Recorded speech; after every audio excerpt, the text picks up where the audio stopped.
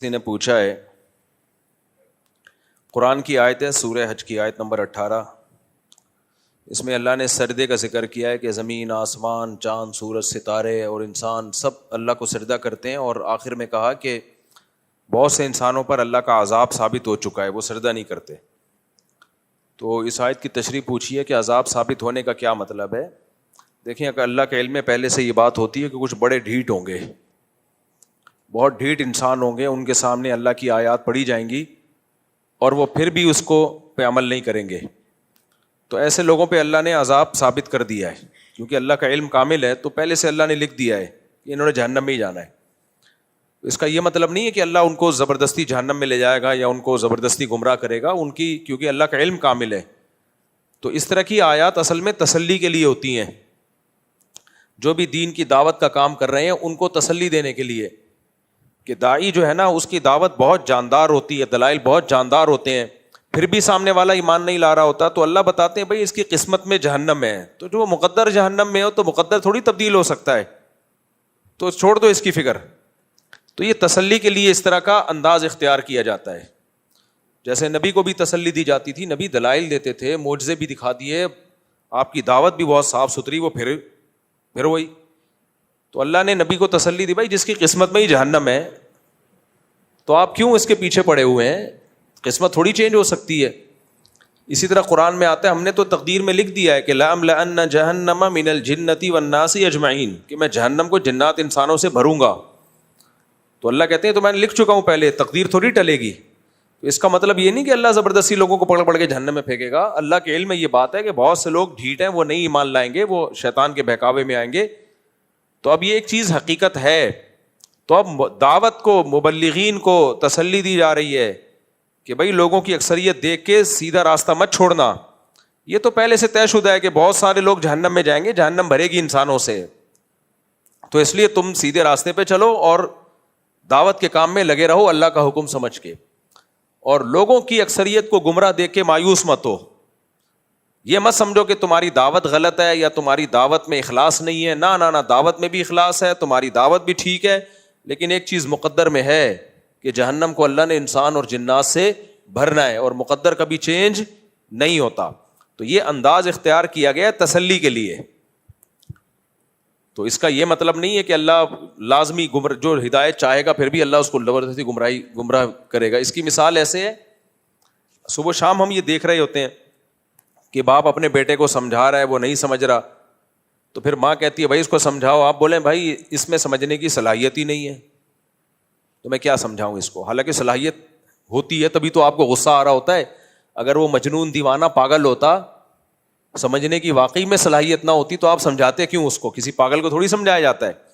تو یہاں جو آپ کہتے ہو اس میں سمجھنے کی صلاحیت ہی نہیں ہے، مطلب یہ ہوتا ہے کہ یہ انتہائی درجے کا ڈھیٹ آدمی ہے اور اس نے فیصلہ کر لیا کہ نہیں سمجھنا، تو اس میں صلاحیت سمجھنے کی ختم ہو چکی ہے، تو میں اپنا ٹائم ضائع کیوں کروں، میں ایسے پہ ٹائم لگاؤں گا جس پہ صلاحیت ہوگی۔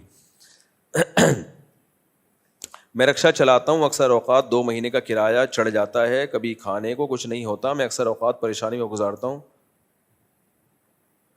مجھ سے بڑے 9 بہن بھائی ہیں، سب کروڑپتی ہیں، وہ مجھ کو نہیں پوچھتے، اب میں کیا کروں؟ اب اگر کسی غیر سے بولو تو وہ بھکاری سمجھیں گے، اب چوری کرو، بھیک مانگو، میں کیا خودکشی کروں؟ نہ خودکشی کریں، نہ لوگوں سے بھیک مانگیں۔ آپ کے بھائیوں کی شرعی ذمہ داری ہے کہ جب سب کھا پی رہے ہیں، ایک بھائی اتنا کمزور ہے تو اس کے ساتھ تعاون کریں۔ حقیقت ہے بھائیوں کے ساتھ تو تعاون میں جو مزہ آتا ہے انسان کو، رشتوں داروں پہ خرچ کرنے میں جو لطف اللہ نے رکھا ہے وہ تو کسی پہ خرچ کرنے میں نہیں رکھا۔ یہ تو موقع ہے محبت پیدا کرنے کا، تو بھائیوں کا کو چاہیے خیال کریں۔ تو باقی جب تک پریشانی مقدر میں ہے بھائی صبر کریں۔ اچھا، اب جب سے ہم نے یہ فاؤنڈیشن بنایا، مفتی طارق مسعود فاؤنڈیشن، تو لوگ اب آنا شروع ہو گئے میرے پاس، ہمارے گھر کے حالات ایسے، ہمارے گھر کے حالات ایسے، تعاون کریں۔ کچھ خواتین آ جاتی ہیں، ہم بیوہ ہیں وغیرہ وغیرہ۔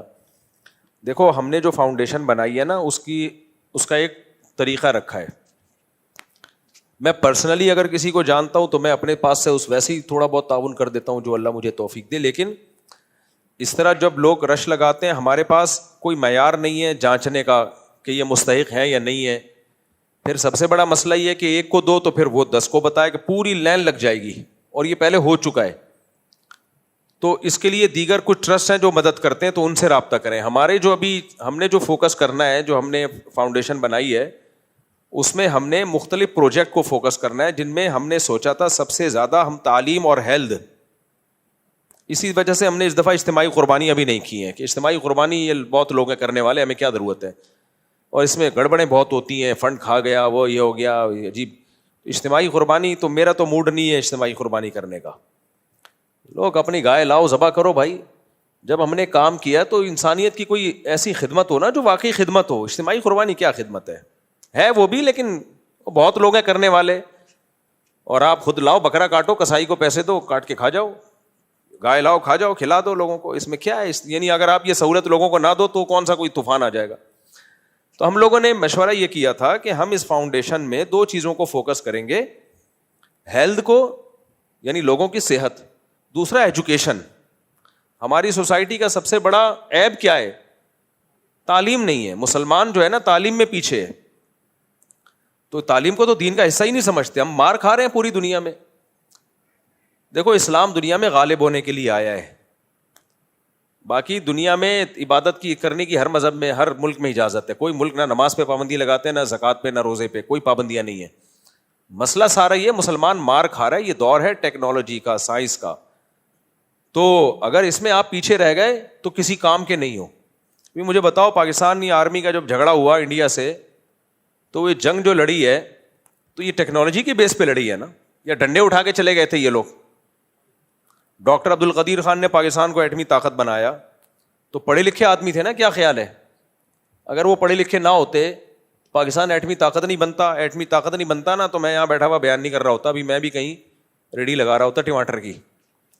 سب حال خراب ہو چکا ہوتا, غزہ سے زیادہ برا حال ہو چکا ہوتا ہمارا. یہ ذہن میں رکھو, انڈیا نے ایسی واٹ لگانی تھی نا, کاٹ کاٹ کے گاجر مولی کی طرح کھاتے ہمیں, کیونکہ عراق, لیبیا, شام سب کو کھڈے لین لگا دیا انہوں نے. ان کا اگلا ہدف کیا تھا بولو, پاکستان. یہاں ہاتھ ڈالتے ہوئے 100 دفعہ سوچتے ہیں کہ ایٹمی پاور ہے, ایٹمی طاقت ہے. ابھی جنرل عاصم منیر دھمکی بھی لگا کے آ گئے نا, فل تڑی لگا کے آ گئے. لوگوں کو یہ تڑی بھی پسند نہیں آ رہی, کیونکہ ہم لوگوں نے منفی سوچنا اتنا شروع کر دیا ہے کہ اب ہم ریپیئرنگ سے ٹھیک نہیں ہوں گے, ہمیں کھول کے دوبارہ جوڑنا پڑے گا. نہیں آئی سمجھ میں بات؟ بھائی آرمی چیف وہاں جا کے تڑی لگا کے آیا کہ اگر ہمیں کچھ کیا نا تو ہم تہس نہس کر کے رکھ دیں گے. یہ بہت بڑی بات ہوتی ہے. کسی بھی ملک کا لیڈر جب جا کے اس طرح بات کرتا ہے تو وہ ملک کی عوام خوش ہوتی ہے 100 اختلافات کے باوجود. لیکن ہم لوگ ہر چیز کو الٹا اب بیوقوف بنانے کے لیے تڑی لگاتی ہے, اب لوگوں کو الو بنانے کے لیے. تو سوچتے رہو, منفی سوچ سوچ کے مر جاؤ بھائی. میں نہیں کہہ رہا آپ آرمی چیف سے محبت کریں, آپ کا ذاتی ہیڈ ایک ہے, اچھا ہے برا ہے, ہمیں کیا کسی کی ذاتیات سے. لیکن ایک ملک کا ایک اچھا پیغام تو چلا گیا نا, تھوڑی تڑی شڑی. اور تڑی لگانے کے لیے پیچھے دم ہو تو تڑی لگتی ہے. کسی بھی ملک کی آرمی بلا وجہ کی تڑیاں نہیں لگاتی ہے, اس کو پتا ہے تڑی کا جواب آگے سے تڑی میں آئے گا. یہ وہ تڑی نہیں ہے جو فلموں میں لگائی جاتی ہے, اوے یہ کر دوں گا ڈیشن, یہ فلموں میں کچھ بھی نہیں ہوتا.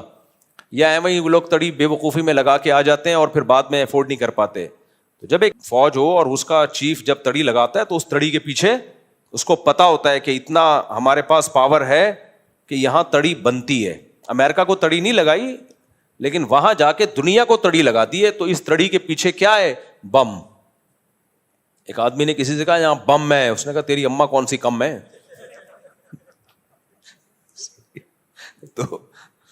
تو اس تڑی کے پیچھے کیا ہے, بم. تو یہ ڈاکٹر عبد القدیر خان نے محنت کی, یونیورسٹیوں میں پڑھے, اور ان کے جیسے اور بھی سائنٹسٹ تھے اس میں, اور بہت سارے سائنسدان تھے. اکیلے آدمی کی محنت نہیں ہوتی. یورینیم کو لانا, اس کو پھر ایک اس کے لیے ایک ٹرم استعمال ہوتی ہے, اس کو صاف کرتے ہیں, ایک ٹرم استعمال ہوتی ہے, اس وقت میرے ذہن سے نکل گئی, ہاں نہیں افزودگی اس کی. تو بہت مشکل کام ہے, ایران نہیں کر پایا اب تک یہ کام, یہ آسان کام نہیں ہے. اس کے لیے بھائی پڑھائی لکھائی چاہیے تھی جو انہوں نے کی, اور پاکستان کو ایک ایٹمی پاور بنایا. ہم نے اپنے علماء سے, بزرگوں سے سنا ہے کہ اگر ڈاکٹر عبد القدیر خان نہ ہوتے تو آج ہماری داڑیاں محفوظ نہ ہوتی. اور ڈاکٹر عبد القدیر خان بھی خود مذہبی آدمی تھے, 5 ٹائم کے نمازی تھے, علماء سے ان کا بڑا گہرا تعلق تھا. مذہب کی موٹیویشن کے بغیر نا اتنا پاورفل کام ہو نہیں سکتا, یہ دنیا کے لیے ہو نہیں سکتا ایسا, جب تک پیچھے اللہ کی رضا کا جذبہ نہ ہو.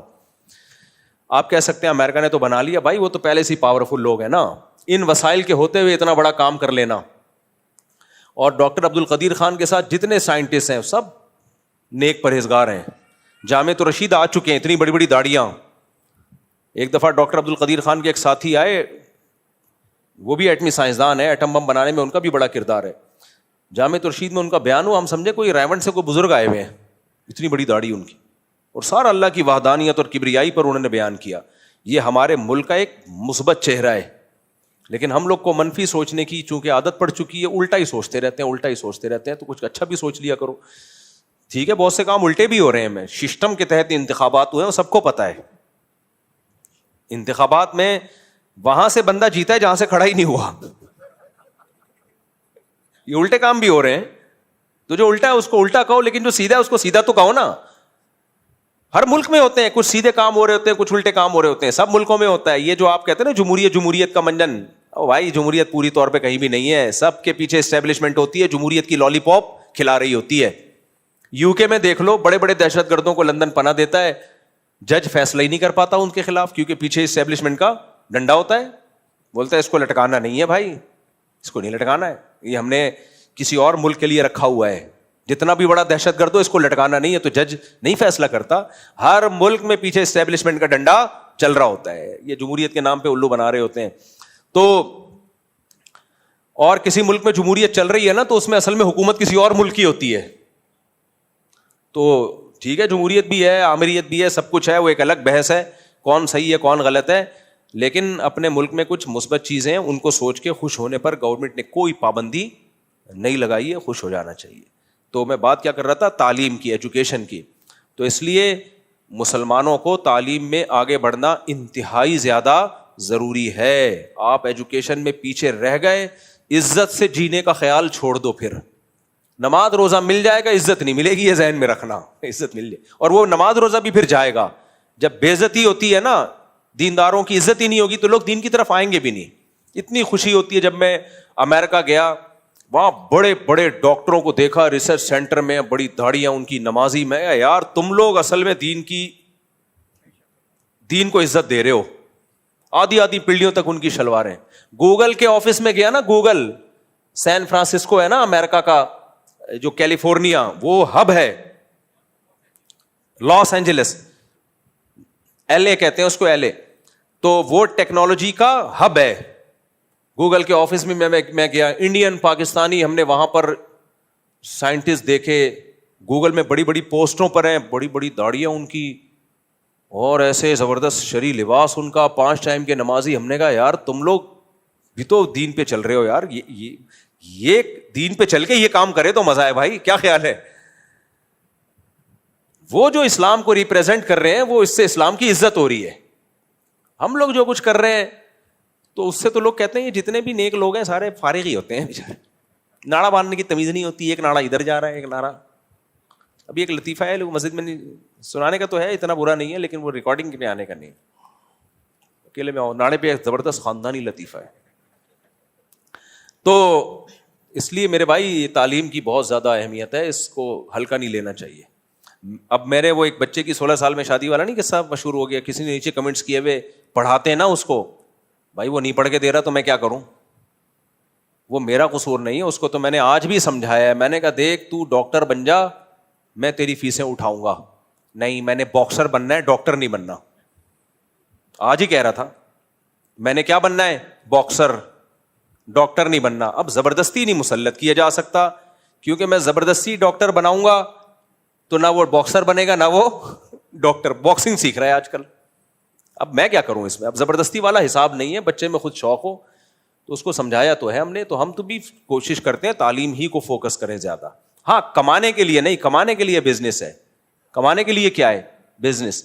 البتہ وہ شعبہ، ملازمت کا وہ شعبہ جس میں قوم کی کوئی غیر معمولی خدمت ہو رہی ہوتی ہے، تو پھر اس شعبے میں ملازمت بزنس سے زیادہ بہتر ہے. جیسے ڈاکٹر کا ایک شعبہ ہے، اس میں انسانیت کی خدمت ہے اور بہت مشکل سے ڈاکٹر بنتا ہے. تو اس ڈاکٹر کو آپ نے میڈیکل سائنس چھڑا کے بزنس پہ لگا دیا تو پیسہ تو کما لے گا وہ، لیکن بھائی اس کو اللہ نے صلاحیت دی تھی ڈاکٹر بننے کی، لوگوں کی جان بچانے کی، تو پیسہ زیادہ آ جائے گا لیکن انسانیت کی خدمت نہیں ہو سکتی.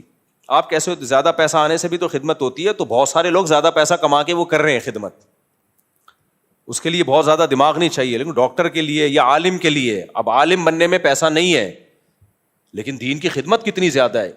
تو جس بچے میں نے دیکھ رہا ہوں عالم کا ذوق ہے, اس کو میں نے بولا بھائی تم پیسے کی فکر چھوڑ دو, تم نے کیا بننا ہے, مولانا. لیکن یہ کام بھی میں زبردستی نہیں کرتا. ایک بچہ نہیں بننا چاہ رہا میں ہوں, تو نے مولوی ہی بننا ہے, وہ نہ وہ کہیں کا نہیں رہے گا, کیونکہ یہ چیز اپنے شوق سے ہوتی ہے تو آدمی کامیاب ہوتا ہے. میں بھی اپنے شوق سے دین کے علم کی طرف آیا نا, تو ٹوٹے پھوٹی اللہ نے کچھ علم عطا فرما دیا. اگر گن پوائنٹ پہ آتا تو نہ ادھر کے رہتے نہ ادھر کے رہتے. ماں باپ بچے کو زبردستی حفظ کرا رہے ہوتے ہیں بندوق رکھ کے, تو وہ تھوڑی کچھ بھی نہیں بنے گا. وہ مدرسے بھاگ جاتے ہیں, وہاں دل لگا کے پڑھتے نہیں ہیں, پھر زندگیاں برباد, نہ ادھر کے رہے نہ ادھر کے رہے. اسی میں یہ بھی ہے, لوگ مجھے کہتے ہیں مفتی صاحب یہ آپ کے ساتھ گھومتا ہے 10 سال سے آپ کے ساتھ ہے, شادی کیوں نہیں کر رہا؟ میں کہتا ہوں گن پوائنٹ پہ نہیں شادی کر, میں تانے دے کے کسی کی شادی نہیں کراؤں گا. اب مجھے کیا پتا ہے کیوں نہیں کر رہا, بھائی اس کا ہیڈک ہے. تو زبردستی شادی ہوتی ہے کسی کی, زبردستی دلہن سے بولے گا میں پتہ نہیں کس سلسلے میں آ گیا, ابا نے کر دی. ایسا تھوڑی ہے, تو اپنی محبت کا کام ہے بھائی, آپ کا دل چاہ رہا ہے کرو, نہیں چاہ رہا بھاڑ میں جاؤ نہیں کرو. تو ہم کسی کی شخصیت کو اس میں ہدف نہیں بناتے, وہ جائے اس کا. تو یہ کام شوق سے ہوتے ہیں. ہاں شادی کا شوق پیدا کرنا میرے ذمے ہے, اس سلسلے میں حاضر ہوتا رہتا ہوں. اتنا شوق بھر دوں گا کہ تمہیں خود شرم آنے لگے گی کہ یار کیا زندگی ہے یار. تو اس لیے تعلیم کے شعبے میں آگے بڑھیں. ہاں کچھ ملازمتیں ایسی ہوتی ہیں جن میں کوئی بڑا ویژن نہیں ہوتا. اب ایک کولڈ ڈرنک کی کمپنی میں آپ جاب کر رہے ہو, بے شک مینیجر ہی ہو, ابے کیا کرے گا اس مینیجر بن کے تو, اس سے کیا لوگوں کو کیا, اس مینجمنٹ سے کیا فائدہ ہوگا؟ تنخواہ آ جائے گی, کماؤ پوت تھوڑے سے بن جاؤ گے, گاڑی مل جائے گی, لیکن قوم کو کیا دے رہے ہو؟ Cold drink. صحیح ہے نا. ڈاکٹر تو علاج دے رہا ہے نا لوگوں کو, ایک سول انجینئر لوگوں کو تعمیر کر کے دے رہا ہے, کنسٹرکشن لوگوں کی بنیادی ضرورت ہے, سڑکیں بنا رہا ہے, میپ بنا رہا ہے, یہ تو بنیادی بیسک ضرورتیں ہیں. لیکن ایک جو ہے کولڈ ڈرنک کمپنی میں جاب کرنے والا کیا, پیزا کمپنی میں جاب کر رہا ہے, مینیجر بنا ہوا ہے, کیا کر رہا ہے؟ لوگوں کو پیزے کھلا کھلا کے اور گول بنا رہا ہے. تو پیسہ تو مل جائے گا, ٹھیک ہے, حلال ہے, حرام نہیں ہے, لیکن اس سے پھر اپنا بزنس بہتر ہے. ایسے لوگوں کو میں کہتا ہوں ٹماٹر کی ریڈی لگا لے, ٹماٹر کی ریڈی لگا لے, وہ زیادہ بہتر ہے. اس میں ایک دن ترقی ہو کے تیرا اپنا ٹماٹر کا بزنس ہوگا. تو ایسے میں دوسرے کے بزنس کو پروموٹ کرنا مجبوری میں تو ٹھیک ہے, لیکن اس کو ہدف نہیں بنانا چاہیے. اس سے وہ غریب اچھا ہے جو ویژنری ہے, جو لوگوں کو کوئی, جیسے علماء ہم نے دیکھے ہیں بہت غریب ہوتے ہیں لیکن علم ہے, ان کا مسائل بتا رہے ہیں, تحقیقی کام ہے, اس سے قوم کو فائدہ بہت ہو رہا ہے. امام شافعی کا تو قول ہے 2 ہی علم کو میں علم مانتا ہوں, ایک میڈیکل سائنس کا علم اور ایک دین کا علم. وہ تو کسی تیسرے علم کو علم ہی نہیں مانتے, لیکن اس زمانے میں نہیں تھا. اب زمانے میں اور بھی بہت سارے علوم ہیں جن میں مہارت کی ضرورت ہے. تو اس لیے تعلیم جو ہے نا یہ ہلکی چیز نہیں ہے. بعض لوگوں نے یوٹیوب پہ بزنس کر کے نا تعلیم کی ویلیو ختم کر دی ہے. سارے کاروباری بن گئے, دولت تو آ جائے گی, ایجوکیشن ختم. پھر کوئی تہذیب, ایجوکیشن انسان کو مہذب کرتی ہے, اس میں میچورٹی لے کر آتی ہے, اس کے دماغ کو نکھارتی ہے. تو اس لیے تعلیم کو فوکس کرو. یہ میں نے کس پہ جواب دیا ہے؟ سوال کیا تھا؟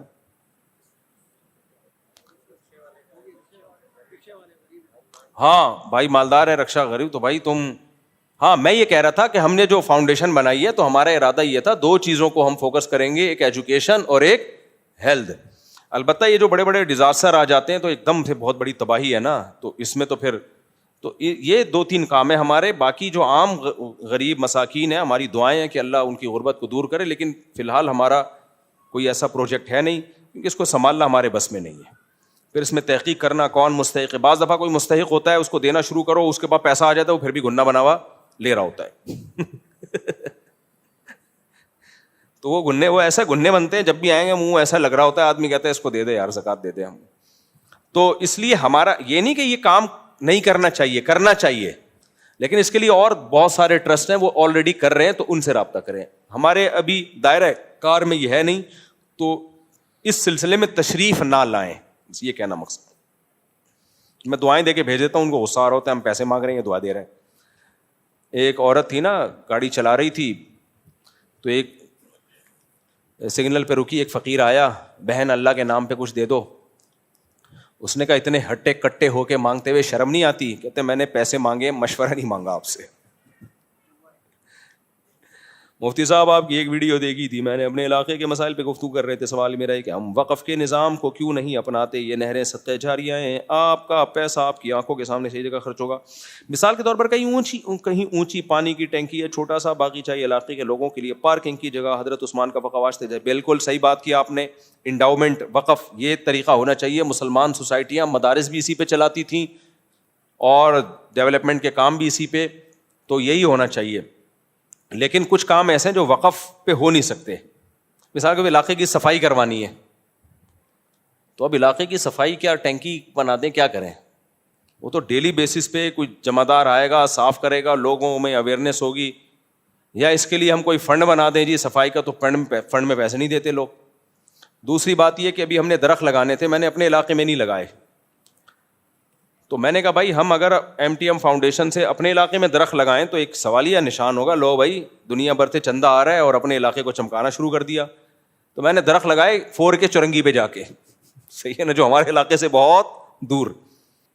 مفتی صاحب ابھی ایک ویڈیو نظر سے گزری جس میں کچھ لوگ زمین کھود رہے ہیں اور سونا نکل رہا ہے.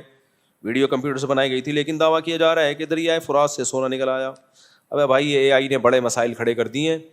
انٹرنیٹ سے، یوٹیوب سے اعتماد ہی ختم ہو جائے گا لوگوں کو. اس پہ کوئی قانون سازی ہونی چاہیے. اعتماد ہی ختم ہو جائے گا، لوگ کو پتہ ہی نہیں چلے گا یہ فیک ہے یا اوریجنل ہے. تو اتنا زیادہ ہو رہا ہے. اب یہ تو میرا ہیڈک نہیں ہے، تو گورنمنٹ کا کام ہے. مفتی صاحب میں انٹرنیٹ سے کئی سالوں سے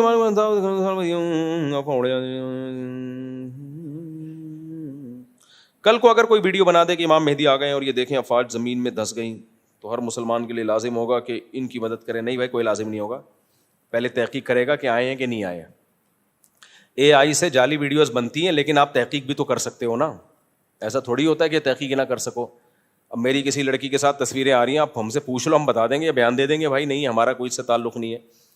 تو تحقیق کرنی پڑے گی آپ کو. میں شرعی پردہ کرتی ہوں، جہاں منگنی ہوئی وہ میرے منع کرنے کے باوجود میری تصاویر اور ویڈیو بنواتے ہیں، کیا مجھے اس رشتے کو برقرار رکھنا چاہیے؟ ان کو منع کریں، تصاویر مت بنائیں. لیکن اگر رشتہ اچھا ہے نا تو اس بیس پہ رشتے کا انکار نہ کریں، کیونکہ رشتے مارکیٹ سے شارٹ ہیں. غلط ہے پردے دار لڑکی کی تصویریں بنانا، لیکن لڑکیوں کے مسائل اتنے ہیں کہ آپ نے انکار کر دیا تو اگلا ایسا آئے گا جو آپ کو پردہ ہی نہیں کرنے دے گا. تو اس لیے اسلام کا بھی اصول ہے اور عقل بھی یہ کہتی ہے کہ بڑی مصیبت سے بچنے کے لیے چھوٹی مصیبت کو برداشت کیا جائے. جیسے بارات کا اسلام میں تصور نہیں ہے. اب لڑکی والے بعض دفعہ پخ لگا دیتے ہیں، بارات نہیں کریں گے، اس پہ لڑکا والے انکار کر دیتے ہیں. تو میں کہتا ہوں یار اتنی نوبت پہنچ رہی ہے تو کر لو بارات، کوئی حرام تھوڑی ہے. تو اس لیے اگر وہ لڑکا اچھا ہے اس کو منع کریں تصویریں نہ بنائے. لیکن بنا رہا ہے ڈیجیٹل تصویریں اپنے پاس ہی رکھنا ہے نا، دوستوں میں شیئر تھوڑی کر رہا ہے وہ. تو چلاؤ پھر اتنا زیادہ نیک بننے کی، نیک تو جتنا زیادہ بنو اچھا ہے. میری ہر بات کو نا لوگ پکڑ لیتے ہیں. میں نے کہیں بیان میں کہہ دیا کہ اتنا زیادہ نیک بننے کی ضرورت نہیں ہے. اس پہ ایک صاحب نے میرے پیچھے نماز چھوڑ دی اور قرآن کی آیت پڑھی. قرآن کہہ رہا ہے فاتقوا اللہ ما استطعتم، جتنا نیک بن سکتے ہو بنو. اور یہ مولوی کہہ رہے اتنا نیک بننے کی ضرورت نہیں ہے. بھائی کسی کے کلام کا مطلب ہوتا ہے، مطلب یہ ہوتا ہے اتنا نیک بننا کہ افورڈ ہی نہ کر سکو اور برداشت سے باہر ہو جائے اور پھر اس سے بڑی برائی میں مبتلا ہو جاؤ. یہ مطلب ہے میرے کلام کا کہ اتنا زیادہ نیک بننے لگے کہ وہ برداشت نہیں ہوا تو پھر یو ٹرن لیا تو بالکل ہی مارکیٹ سے. یعنی ایسے فاسق بعض لوگ ہوتے ہیں اتنا زیادہ ان پہ تقوی کا وہ چڑھ جاتا ہے کہ پھر وہ برداشت نہیں کر پاتے. تھوڑے دن تک وہ چلیں گے صوفی بن کے، اس کے بعد وہ فرض نماز سے بھی گئے. یہ مطلب ہے. یہ مطلب نہیں ہے کہ نیک بننا غلط بات ہے. وہ تو جتنا نیک بنو اتنا اچھا ہے، لیکن افورڈ تو کرو اس کو. سمجھ رہے ہو کہ نہیں سمجھ رہے؟ تو جن صاحب نے میرے پیچھے نماز چھوڑ دی ان کو خدا کا خوف کرنا چاہیے. آپ نہ پڑھیں ہمارے پیچھے نماز، ہماری صحت میں کوئی فرق نہیں پڑتا. لیکن اگلے کی بات کو جب دو مطلب نکلتے ہیں، صحیح بھی اور غلط بھی، تو غلط مطلب کیوں لے رہے ہو بھائی؟ کوئی مولوی ممبر پہ بیٹھ کے لوگوں کو نیک بننے سے روکے گا؟ اب جیسے میں اس خاتون کو کہہ رہا ہوں کہ رشتہ نہ توڑو بھائی. اب ایک لڑکی تھی فل باپردہ ڈاکٹر بن رہی تھی، وہ میڈیکل کالج میں فل باپردہ ہو کے جاتی تھی، ہاتھوں میں گلوز پہنتی تھی، فل برقع. میں جانتا تھا اس کو پرسنلی، بہت نیک ہے، ہماری اسی گلی میں رہتی تھی، میرے گھر والے جانتے تھے اس کو. وہ میڈیکل کالج میں 2 سال ہو گئے اس کو. ابھی کسی مولوی صاحب سے اس نے پوچھا، مولوی صاحب نے کہا کہ چھوڑ دو میڈیکل کالج کیونکہ ماحول بہت خراب ہوتا ہے. اور پھر واقعہ سنا ہے وہ فنا کی لڑکی وہ بوائے فرینڈ کے ساتھ بھاگ گئی اور ہاؤس جاب میں وغیرہ وغیرہ اتنے واقعات سنائے. وہ لڑکی نے چھوڑ دی جاب، سوری جاب کہہ رہا ہوں، تعلیم چھوڑ دی. 2 سال ہو چکے تھے. اب بعض لوگ ایسی بات کرتے ہیں بھائی تمہارا باپ پیسے دے گا جو 2 سال کی جو فیسیں بھری ہیں اس نے، اس کے باپ نے ہے بھائی. اس کے ابا میرے پاس آئے، میں نے کہا آپ اپنی بچی سے میری بات کراؤ. میں نے کہا آپ کو 2 سال میں کوئی مسئلہ ہوا آپ کے ساتھ؟ کہتی میں گلوز پہنتی ہوں ہاتھوں میں. اتنی نیک. میں نے کہا آپ جیسیوں کو تو جانا چاہیے تاکہ دوسروں کو بھی شوق پیدا ہو. آپ جیسی اگر کوئی اتنی مضبوط دیندار ہے جو 2 سال میں بھی اس ماحول سے متاثر نہیں ہوئی ہے اور ہاتھوں میں گلوز پہن کے جا رہی ہے اور اتنی اچھی ڈاکٹر بنی. وہ بعد میں جب میں نے اس کو بولا نا کہ آپ پڑھو، بہت زیادہ اچھے نمبر آئے اس کے. اور تو میں نے اس کے ابا کو کہا، میں نے کہا، وہ کہہ رہی نہیں علماء نے فتویٰ دیا ہے، وہ عین بڑا اچھا نکلتا ہے نا، جب انسان میں تقویٰ زیادہ ہوتا ہے تو ہا اور عین حلق سے نکالتا ہے وہ. میں نے کہا بھائی میں بھی مولانا ہوں، میں فتویٰ دے رہا ہوں آپ پڑھ لو. آپ جیسے لوگوں کے جانے سے ماحول اچھا ہوگا، کیونکہ بگڑنا ہوتا 2 سال بہت ہوتے ہیں بگڑنے کے لیے. اور آپ کے باپ کا 2 سال جو خرچہ ہوا ہے وہ تمہارا باپ دے گا. اس طرح میں نے بات نہیں کی تو میں آپ لوگ سے بات کر رہا ہوں، وہاں تو بڑی تمیز سے بات کی میں نے. وہ بھی تو ہے نا، باپ کہہ رہا ہے تم نے فتویٰ دے دیا، میرے کرنا تھا تو 2 سال پہلے کر لیتے یہ کام، میری جو 2 سال کی کم تھوڑی ہوتی ہے میڈیکل سائنس کی فیسیں. تو بعض لوگ ایسی بات کر دیتے ہیں سوسائٹی میں جو قابل عمل نہیں ہوتی، وہ اپنے آپ کو اس کی جگہ رکھ کے سوچیں. تو خیر میں نے اس کو بولا، میں نے کہا بھائی میں ذمہ داری لے رہا ہوں اور آپ دین پہ اور قائم رہو، بلکہ آپ جیسے لوگ جائیں گے تو ایک اچھا میسج جائے گا کہ پردے کے ساتھ بھی ڈاکٹر بنا جا سکتا ہے. اور میں نے کہا آپ زیادہ اچھا ڈاکٹر، الحمدللہ بن گئی، اس کی شادی بھی ہو گئی، میرا خیال ہے بچے بھی ہو گئے ہوں گے اس کے. اور وہ اچھی، اس کے بارے میں اطلاع ملی تھی کہ یعنی ایک اچھی ڈاکٹر ہے، اور شادی بھی میرا خیال ہے اس کی ڈاکٹر سے ہی ہوئی. تو بلکہ ڈاکٹر سے ہی ہوئی شادی، خیال نہیں ہے مجھے بھی یاد آیا کیونکہ پرانا واقعہ، ڈاکٹر ہی سے شادی ہوئی اس کی. تو کیا بات چل رہی تھی، پھر ہم دائیں بائیں نکل جاتے ہیں. ہاں تو میرا مقصد تھا، اب میں اس کو یہی کہوں گا نا، اتنا نیک بننے کی ضرورت نہیں ہے کہ یونیورسٹی چھوڑ دو، میں یہی کہوں گا نا. اب کوئی کیا لو بھائی، ایک مفتی کہہ رہا ہے، دوسرا مفتی وہ کہہ رہا ہے فل نیک بنو، اتنا نیک بنو کہ یونیورسٹی چھوڑ دو، اور یہ کہہ رہے ہیں اتنا نیک بننے کی ضرورت نہیں ہے. تو اس کا مطلب ہے، اتنا نیک بننے کا مطلب بہت نیک بنو، کہ نیکی کا یہ کانسیپٹ کہ ابا کے 2 سال کے پیسے برباد کر دو، یہ غلط ہو جائے گا. اور ایسے میں ہوتا کیا ہے، اتنا زیادہ شدت والی راہ جب اختیار کی جاتی ہے تو رزلٹ کیا نکلتا ہے؟ سب سے پہلے باپ بدل ہوتا ہے مولاناؤں سے. وہ باقی بچوں کو کہتا ہے کہ ان کو کسی مولوی کے بیان میں نہیں بٹھاؤ، پھر وہ کسی دن پیتے ہوئے پکڑے جاتے ہیں. صحیح ہے نا، کیونکہ بیٹھتے نہیں تھے کسی بزرگ کے بیان میں، کیونکہ بزرگ ان کو وہ والا تقویٰ سکھا رہے ہیں جو سوسائٹی میں رائج ہی نہیں ہو سکتا. آگے پھر بچی کی جب شادی کا مسئلہ آئے گا تو بزرگ بھی شادی نہیں کر رہا ہوگا. آج کل بزرگ کو بھی ڈاکٹر چاہیے ہوتی ہے، ایجوکیٹڈ لڑکی چاہیے ہوتی ہے. گاؤں دیہات کا ہوگا، ریڑھی لگا رہا ہوگا، ٹماٹر بیچ رہا ہوگا، کہتا ہے لڑکی کم از کم ماسٹرز ہونی چاہیے. غلط ہے سوچ، یہ میں تو اس کا قائل نہیں ہوں، لیکن اس کا کھوپڑی تو آؤٹ ہے. پھر رشتوں میں پرابلم، بیسیوں قسم کے مسائل، پھر وہ لڑکی بھی ڈپریشن میں، بہت سارے مسائل ہیں. تو بھائی جو کچھ چیزیں بولنے کی حد تک ٹھیک ہوتی ہے، لیکن جب امپلیمنٹ ہوتا ہے اس کا تو وہ سوسائٹی میں چلتی نہیں ہے. اسلام کا اصل حکم تو یہی ہے کہ عورت گھر کی 4 دیواری، اور تعلیم اس کو وہ دلاؤ جو اس کے فائدے کی ہے یا جس کی پبلک کو ضرورت ہے. ہر چیز خواتین کو سکھائی جا رہی ہے، یہ تو غلط ہے نا یار. کل کسی نے مجھ سے پوچھا کہ فوج میں بچیوں کو بھیجنا کیسا ہے. میں نے کہا مرد ختم ہو گئے ہیں کیا؟ آدمی مر گئے ہیں دنیا میں، اور ضرورت بھی نہیں ہے نا اس کی. بارڈر پہ لڑنے کے لیے مرد چاہیے، آدمی چاہیے، انٹیاں نہیں چاہیے ہمیں. ہوتی ہیں کچھ خواتین پائلٹ بن جاتی ہیں، میں بھی ملا ہوں ایسی پائلٹ خواتین سے، پاکستانی پائلٹ خواتین سے، جگرا ہے ان کا، جہاز اڑا لیا انہوں نے. لیکن یہ تو ہزاروں میں آٹے میں نمک کے برابر ہوتی ہیں ایسی خواتین. نارمل عورت نہیں، اس کا یہ کام نہیں ہے کہ اس کو پائلٹ بنایا جائے، اس کو فوج میں لڑنے کے لیے بھیجا جائے. تو کیوں سوسائٹی میں ایسی چیز کو پروموٹ کیا جا رہا ہے؟ کوئی ایک آدھ پیدا ہو گئی جو جہاز لے کے قلابازیاں ہوتی ہے تو ٹھیک ہے. صحابیات میں بھی 2-4 خواتین ایسی تھیں جو گھوڑے کی پشت پہ سوار ہو کے دشمن سے لڑی ہیں. حضرت خولہ جو تھی جنگی ٹوپی پہن کے باقاعدہ لڑی، لوگ مرد سمجھ رہے تھے ان کو. تو لیکن یہ استثنائی صورتیں ہیں. اس کا یہ مطلب نہیں ہے کہ ہم بچیوں کو ترغیب دینا شروع کر دیں کہ آپ فوج آرمی میں جائیں، آپ پائلٹ بنیں. نہیں بھائی، سارا نظام خراب ہو جائے گا اس سے. عورت گھر کے لیے، تو میڈیکل سائنس تو ضرور، تو اس میں تو لیڈی ڈاکٹر کا ہونا ضروری ہے نا. ہم بھی اپنے گھر کی مستورات کو کہیں علاج کے لیے لے کے جاتے ہیں تو لیڈی ڈاکٹر ہی تلاش کر رہے ہوتے ہیں.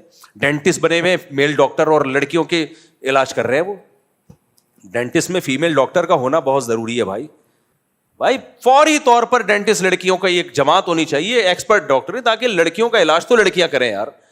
اب اس میں کیا کہ لڑکیاں ڈینٹسٹ بھی نہ بنے تو بھائی یہ تو ایک بے حیائی کو آپ ایک پروموٹ کر رہے ہو. تو جن شعبوں میں ضرورت ہے ان میں تو ٹھیک ان میں ہو. کمزور مالی حیثیت کی وجہ سے سسرال والے زکوٰۃ کے پیسوں سے آ کر مجھے تحفے تحائف دیں تو کیا اس جگہ رشتہ کرنا جبکہ میرے والدین کے گھر میں کچھ شادی ہے؟ سسرال والے زکوٰۃ کے پیسے دے رہے ہیں، ان کو بتا دو ہم زکوٰۃ کے مستحق نہیں ہیں، پھر بھی دے رہے ہیں تو کھا جاؤ، آپ کی ذمہ داری پوری ہو گئی. اب وہ اتنا اچھا سسرال میں نے دیکھے نہیں ہے کہ آ کے تعاون کر رہا ہے. یہ آنکھ کھلے گی تو آپ کو پتہ چلے گا یہ خواب تھا. مفتی صاحب بندہ کون سے فرقے کو فالو کرے، بریلوی، اہل حدیث یا دیوبندی؟ یہ کئی بار اس کا جواب دے چکا ہوں. کسی فرقے کو فالو نہ کرو، اس اسلام کو فالو کرو کہ جب بر صغیر میں اسلام آیا تھا تو کوئی فرقہ نہیں تھا. جو اسلام آیا تھا اس اسلام کو فالو کرو. وہ کون سا اسلام آیا تھا وہ میں آپ کی خدمت میں پیش کر دیتا ہوں. دیکھو ہوا یہ ہے، عبداللہ بن مسعود گئے کوفہ، حضرت عمر نے عبداللہ بن مسعود کو کہاں بھیجا؟ کوفہ بھیجا. اور حضرت علی نے بھی کوفہ کو اسلام کا یعنی دارالخلافہ بنایا. حضرت علی کے ساتھ 1400 صحابہ بھی چلے گئے جو علم میں بہت پایہ درجے کے تھے. تو کوفہ اسلام کا مرکز بن گیا، سمجھ رہے ہو؟ لہذا حدیث سب سے زیادہ کہاں سے پھیلی؟ کوفہ سے. بخاری مسلم کے راویوں میں کوفہ کے راوی سب سے زیادہ. قرآن جس قرات پہ ہم پڑھتے ہیں وہ بھی کوفہ کی قرات. تو اسی طرح قرآن و حدیث سے جو مسائل نکالے گئے جس کو فقہ کہا جاتا ہے وہ بھی کوفہ کا دنیا میں سب سے زیادہ رائج ہوا ہے، کیونکہ حضرت علی اور عبداللہ بن مسعود کے شاگردوں نے کوفہ کو مسکن بنایا. ان کا علم دیگر اصحاب سے زیادہ تھا. تو پھر عبداللہ بن مسعود کے جو فتاویٰ تھے، علامہ ابن تیمیہ نے لکھا ہے جس طرح عبداللہ بن مسعود اور ان کے شاگردوں کے فتوے یعنی ان کی جو فقی آراء ہیں وہ دنیا میں جتنی شہرت ان کو ملی ہے اتنی کسی کو نہیں ملی. تو عبداللہ بن مسعود کے شاگردوں کے بہت سارے شاگردوں میں جو سب سے اہم ترین شاگرد تھے وہ حضرت علقمہ اور اسود تھے، سمجھ رہے، جو عبداللہ بن مسعود کے نائب تھے. سارا علم وہاں ٹرانسفر ہوا. پھر علقمہ اور اسود کے نائب تھے ابراہیم نخعی، تو سارا علم کہاں ٹرانسفر ہوا؟ ابھی تک یہ مسائل ریٹن فارم میں نہیں تھے. قرآن و حدیث سے مسائل نکلے ہوئے تھے، زبانی تھے، ریٹن فارم میں نہیں تھے. جیسے حدیثیں بھی ریٹن فارم میں بعد میں مرتب ہوئی ہیں نا، پہلے صرف زبانی چلتی تھی. کچھ کتابیں تو لکھی گئی لیکن پراپر وے میں کتابیں تو بعد میں لکھی گئی ہیں. تو فقہ بھی ایسا ہی ہے. تو پھر حضرت ابراہیم نخعی جو امام بخاری جن کا نام بڑے احترام سے لیتے ہیں، بڑے تابعین میں بہت بڑے تابعی گزرے، ان کے درجنوں شاگردوں میں سب سے جو سینئر شاگرد تھے وہ حماد الکوفی تھے. تو یہ فقہ ٹرانسفر کہاں ہوا؟ پھر حماد الکوفی کو لوگوں نے امام بنایا. پھر حماد الکوفی کے درجنوں شاگردوں میں جو سب سے اعلیٰ درجے کے شاگرد تھے وہ امام ابو حنیفہ. تو وہی جو حضرت علی اور عبداللہ بن مسعود سے چلتا ہوا فقہ آیا وہ کہاں آ گیا؟ امام ابو حنیفہ کے پاس. امام ابو حنیفہ کے بہت سارے شاگرد تھے لیکن دو ان میں سب سے زیادہ ٹاپ پر تھے، امام ابو یوسف اور امام محمد جن کو صاحبین کہا جاتا ہے. تو جب ان تک آیا نا یہ فقہ تو انہوں نے کہا کہ اس کو ریٹن فارم میں آ جانا چاہیے تاکہ مرتب ہو. اسلامی حکومتیں پھیل رہی ہیں، لا جب تک ریٹن میں نہیں ہوتا تو وہ ایک مضبوط نہیں ہوتا. تو امام محمد نے 6 کتابیں لکھیں. یہ بات کر رہا ہوں میں 1200 سال پرانی. وہ 6 کتابیں کیا تھیں؟ سیر صغیر، سیر کبیر، جامع صغیر، جامع کبیر، المبسوط، الزیادات. یہ 6 کتابیں لکھی جو آج بھی ملتی ہیں، لائبریریوں میں موجود ہیں. ان 6 کتابوں سے وہ اسلامی فقہ جو نبی سے چلتا ہوا عبداللہ بن مسعود، حضرت علی اور پھر علقمہ اور اسود اور ان کے واسطے سے ہوتا ہوا ابراہیم نخعی، پھر حماد الکوفی، پھر امام حنیفہ تک آیا. اور امام محمد نے یہ 6 کتابیں لکھ کے اس کو ریٹن فارم میں بولو مرتب کر دیا. تو دنیا میں سب سے زیادہ پھر اسی کو فالو کیا گیا. پھر جب اسلام دنیا میں گیا تو کوفہ کے مجاہدین دنیا میں سب سے زیادہ پھیلے ہیں. وہی مجاہدین بر صغیر میں آئے. سمجھ رہے ہو کہ نہیں سمجھ رہے؟ وہی مجاہدین کہاں آئے؟ محمد بن قاسم آیا، پھر دیگر لوگ آتے آتے علاقے فتح ہوتے ہوتے سندھ فتح ہوا، پنجاب، KPK میں افغانستان کے راستے اسلام آیا. وہی افغانستان گئے، کابل. تو ہوتے ہوتے ہوتے ہوتے افغانستان میں تو حضرت عثمان کے دور میں کابل فتح ہو چکا تھا. لیکن جو فقہ رائج ہوا وہ وہی فقہ جو امام محمد نے مرتب کیا تھا. اس وقت سے وہی فقہ چلتا ہوا آ رہا ہے. اس فقہ کو فقہ حنفی کہا جاتا تھا, اس لیے کہ اس کے مرتب کرنے والے کون تھے؟ امام ابو حنیفہ. تو وہ امام ابو حنیفہ کا فقہ نہیں ہے, وہ نبی کا فقہ ہے جو چلتے چلتے امام ابو حنیفہ تک پہنچا اور امام محمد نے اس کو مرتب کر لیا, اور مرتب کرنے کے بعد اس کی نسبت امام ابو حنیفہ کی طرف ہو گئی. جیسے قرآن وہی تھا, چلتا چلتا حضرت عثمان تک آیا, حضرت عثمان نے ایک ترتیب دے دی ایک کتاب کی شکل میں, جس کو چونکہ مرتب حضرت عثمان نے کیا تو اس کو کیا کہا جانے لگا؟ مصحف عثمانی. اب لوگ کہیں کون سے قرآن کو فالو کریں, تو بھائی مصحف عثمانی کو فالو کرو. اب کوئی کہے میں مصحف عثمانی کو نہیں, میں مصحف محمدی کو فالو کروں گا, ہم کہیں گے بھائی صاحب یہ لفاظی ہے, مصحف عثمانی مصحف محمدی ہی ہے. اس کو عثمانی اس لیے کہا جاتا ہے کہ اس کو مرتب کس نے کیا ہے؟ حضرت عثمان نے مرتب کیا. اب کوئی کہ میں بخاری کو فالو نہیں کروں گا, میں نبی کی کتاب کو فالو کروں گا, ہم کہیں گے بھائی امام بخاری نے نبی کی حدیثوں کو جمع کیا اس لیے اس کو بخاری کا نام دے دیا گیا ہے, وہ محمدی حدیثیں. تو یہ جو فقہ آیا بر صغیر میں, بھائی جب سے اسلام بر صغیر میں آیا ہے نا, اسی کو فالو کیا جا رہا ہے. اب جو اس سے ہٹے گا وہ فرقہ واریت کی بنیاد رکھ رہا ہے کہ امت میں توڑ کیوں پیدا کر رہے ہو. سمجھ میں آ رہی ہے بات کہ نہیں آ رہی ہے؟ چاہے کتنا اچھا لیبل لگائے, وہ بولے ہم قرآن حدیث کو فالو کرتے ہیں, فقہ حنفی کو نہیں. اس کا مطلب وہ جو آیا تھا وہ تورات اور انجیل سے مرتب ہوا تھا, اور آپ اب قرآن و حدیث سے مرتب کر رہے ہو, اور کر پھر بھی نہیں رہے ہیں. میں تو تبھی تو اہل حدیثوں سے کہتا ہوں کہ مرتب تو کر لو بھائی, ہم 4 ہیں 5واں بھی فقہ مان لیں گے, مرتب پھر بھی نہیں ہے. کیوں نہیں ہے؟ کر ہی نہیں سکتے مرتب. وہ اس کی رائے قرآن و حدیث میں کچھ اور ہے, دوسرے اہل حدیث کی رائے کچھ اور ہے, تیسرے اہل حدیث کی رائے کچھ اور ہے. میرے بھائی ہم عوام کو بے لگام اونٹ کی طرح نہیں چھوڑ سکتے کہ ادھر سے فتویٰ لے لو ادھر سے فتویٰ لے لو, پاگل ہو جائیں گے یہ لوگ. یہ کبھی بھی دنیا میں ایسا کوئی بے ضبط چیز چل نہیں سکتی ہے. وہ تو جیسے حدیثیں مرتب ہوئیں, حالانکہ نبی کے دور میں مرتب نہیں ہوئی تھیں لیکن چل گئی اس وقت, اب جب مرتب ہو گئی تو مرتب ہی کو فالو کرنا پڑے گا.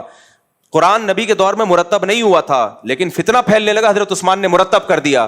جب مرتب کر دیا تو اس ترتیب شدہ قرآن ہی کو فالو کرنا پڑے گا. تو اسی طرح صحابہ تابعین کے دور میں فقہ مرتب نہیں ہوا تھا, نہ فقہ شافعی تھا, نہ مالکی تھا, نہ حنبلی تھا, نہ فقہ حنفی تھا. تو غیر مرتب چیز چل رہی تھی, لیکن جب مرتب ہو گئی ہے تو اب اس مرتب سے ہٹانا, جو تدوین ہو گئی فقہ کی اس سے ہٹانا, یہ فرقہ واریت ہے. اس پہ آپ اتحاد امت کا لیبل لگا رہے ہو, لیبل اچھا لگا رہے ہو, کام امت کو توڑنے کا ہو رہا ہے. سمجھ میں آ رہی ہے بات کہ نہیں آ رہی ہے؟ تو وہ جو امام محمد نے مرتب کیا تھا, دنیا میں سب سے زیادہ پذیرائی اس کو ملی ہے 2 وجہ سے. ایک مدلل بہت تھا, وہ جاندار تھا, کیونکہ اس کی نسبت عبداللہ بن مسعود کی طرف تھی جو بہت بڑے فقیہ تھے اس امت کے, سب سے زیادہ. وہ اس کے بعد پھر فقہ شافعی پھیلا ہے دنیا میں سب سے زیادہ. تو وہ فقہ بھی کوئی تورات اور انجیل سے نہیں نکالا تھا امام شافعی نے. امام شافعی امام ابو حنیفہ کے شاگرد تھے, امام محمد ان کے شاگرد تھے امام شافعی. بہت سی چیزوں میں امام شافعی کا امام حنیفہ سے اتفاق ہو گیا, جن چیزوں میں اختلاف ہوا وہ الگ ہو گئی. سمجھ رہے ہو کہ نہیں سمجھ رہے؟ تو وہ بھی فقہ دنیا میں بہت پھیلا ہے, وہ 30% پھیلا ہے دنیا میں. اور پھر تیسرے نمبر پہ جو افریقی ممالک ہیں ان میں امام مالک کا فقہ بہت زیادہ پھیلا, اس کو بھی امت نے ایکسپٹ کیا. بھائی وہ بھی کہاں سے نکالا گیا ہے؟ قرآن و حدیث سے. تو مالکی اس کو اس لیے کہا جاتا ہے کہ اس کے مرتب کرنے والے کون تھے؟ امام مالک, جو امام حنیفہ کے دور کے. امام حنیفہ کی ان سے ملاقات بھی, بہت سے مسائل پہ ڈیبیٹ بھی ہوئی, بحث بھی ہوئی. امام شافعی نے بھی ان سے ملاقات کی. چوتھے نمبر پہ امام شافعی کے شاگرد تھے امام احمد ابن حنبل. ان کا فقہ دنیا میں پھیلا جس کو فقہ حنبلی کہا جاتا ہے. یہ 2% امت نے اس کو فالو کیا, جو سعودی عرب اور چند علاقے ہیں. بہت سب سے کم اس فقہ کو فالو کیا گیا ہے, کیونکہ اسلامی حکومتیں جو زیادہ چلی ہیں وہ فقہ حنفی پہ چلی ہیں. بنو عباس کے اکثر قاضی حنفی تھے, بنو امیہ کے اکثر قاضی فقہ حنفی کو فالو کرتے تھے. بلکہ اس امت میں فقہ حنفی کو یہ اعزاز ملا ہے کہ اسلامی دنیا کے جو سب سے بڑے جج تھے نا, جن کو سب سے بڑے جج ہونے کا اعزاز حاصل ہے, وہ امام ابو یوسف تھے. وہ تو فقہ حنفی کے بانیوں میں سے تھے.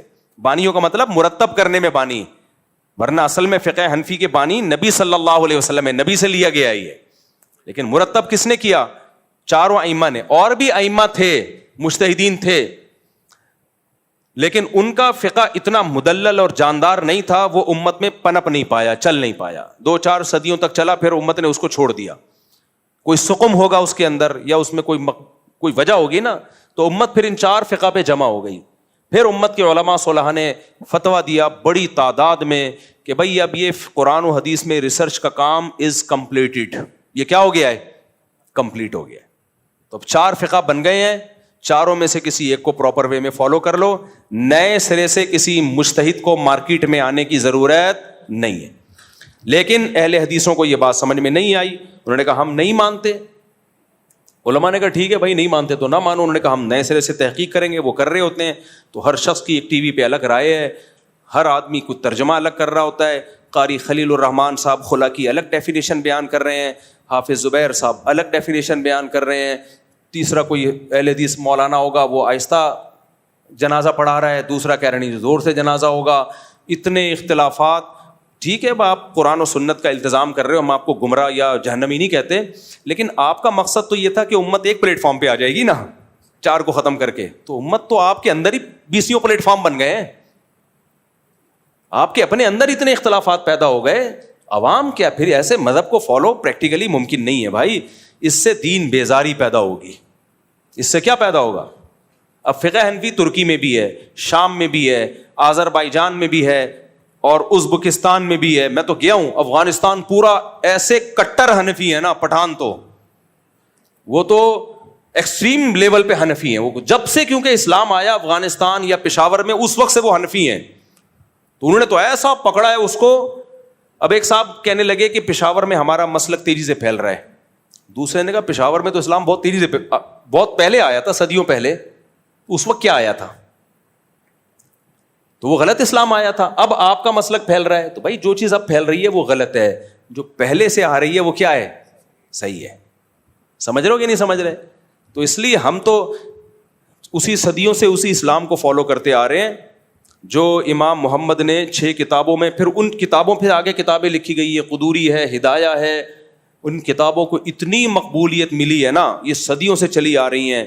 حتیٰ کہ غیر مسلم جب اسلامی احکام پڑھتے تھے تو وہ بھی ہدایہ پڑھتے تھے. آکسفورڈ یونیورسٹی میں صدیوں تک مسلمانوں کی فقہ کی کتاب ہدایہ پڑھائی جاتی رہی ہے.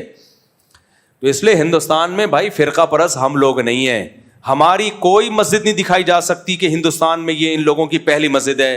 اہل حدیثوں کی بھی پہلی مسجد دکھائی جا سکتی ہے, اور دیگر فرقوں کی بھی پہلی مسجد دکھائی جا سکتی ہے. ہماری کوئی پہلی مسجد نہیں دکھا سکتا, کیونکہ ہم تو صدیوں, جب اسلام آیا تو ہمارے تو اسی وقت سے آئے ہیں. سمجھتے ہو کہ نہیں سمجھتے؟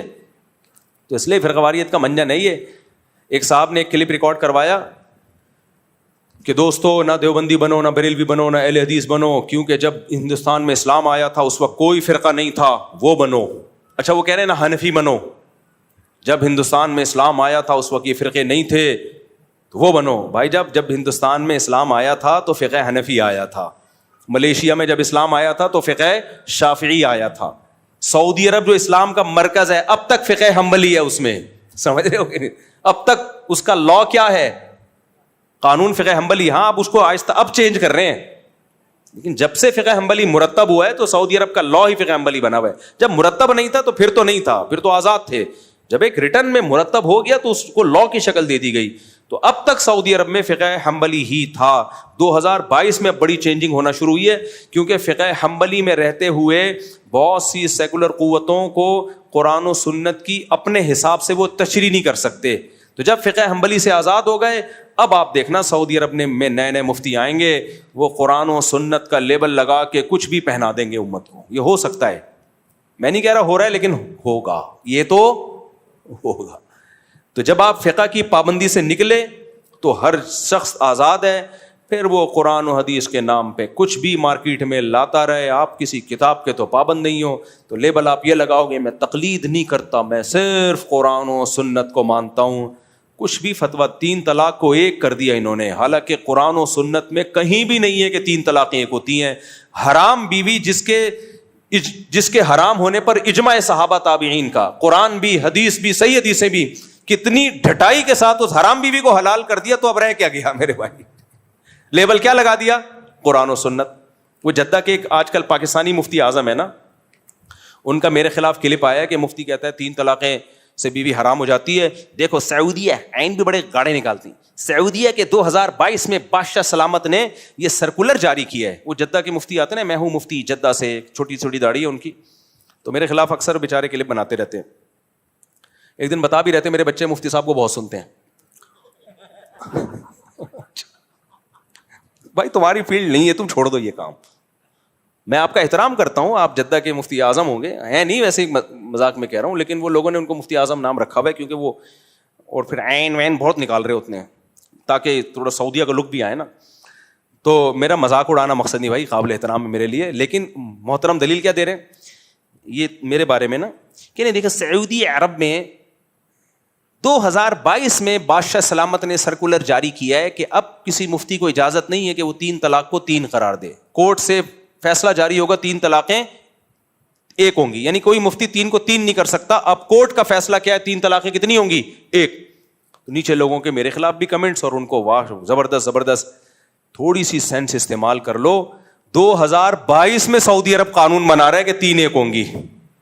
اس کا مطلب سعودی عرب میں جب سے اسلام آیا ہے 2022 تک 1400 سال تک سعودی عرب کی عدالت فیصلہ کرتی رہی ہے 3 طلاقیں 3 ہوں گی.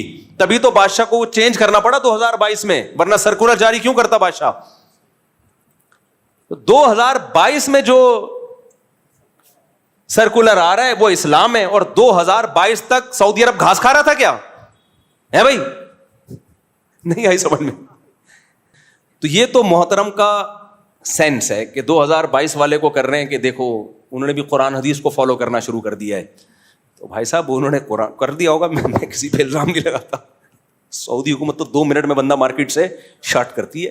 لیکن آپ خدا کے لیے سعودی عرب میں رہو, ہم بھی جاتے ہیں, رہتے ہیں, عزت کے ساتھ عمرہ کرتے ہیں, محبت کے ساتھ واپس آ جاتے ہیں. غیر ضروری فضائل پیش نہ کریں, آپ غیر خاموشی اختیار کر لیں, بس اتنا کافی ہے.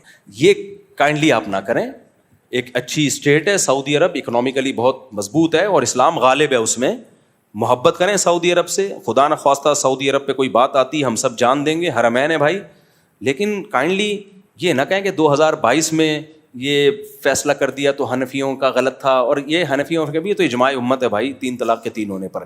تو یہ کائنڈلی وائنڈلی کر کے نا کچھ بھی چلا دیتے ہیں مارکیٹ میں.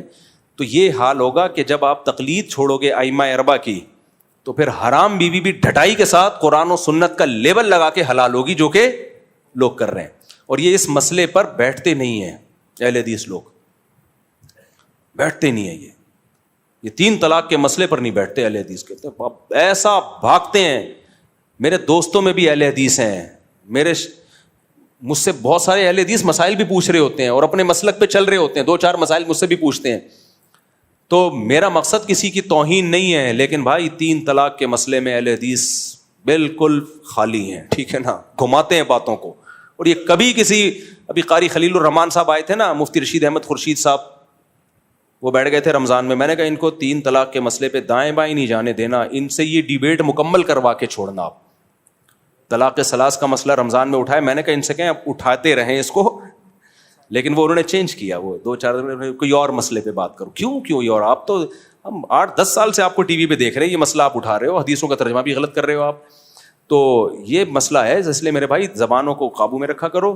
اور اگر نکل گئی نا 3 فائر ہو گئے ہیں حرام کرنے کی, حرام کو حلال کی کوشش نہ کرو. مفتی صاحب بندہ کون سے فرقے کا چاہیے, میں نے پورا جواب دے دیا. کون سے فرقے کو فالو کرنا ہے, کسی فرقے کو فالو نہیں کرنا, لیکن وہ اسلام جس کا عبداللہ بن مسعود کے شاگردوں نے جس کو مرتب کیا ہے, اس مرتب فقہ کو فالو کرنا ہے, وہی عین اسلام ہے. اور اگر وہ اچھا نہیں لگ رہا تو پھر شافعی فقہ کو فالو کر لو.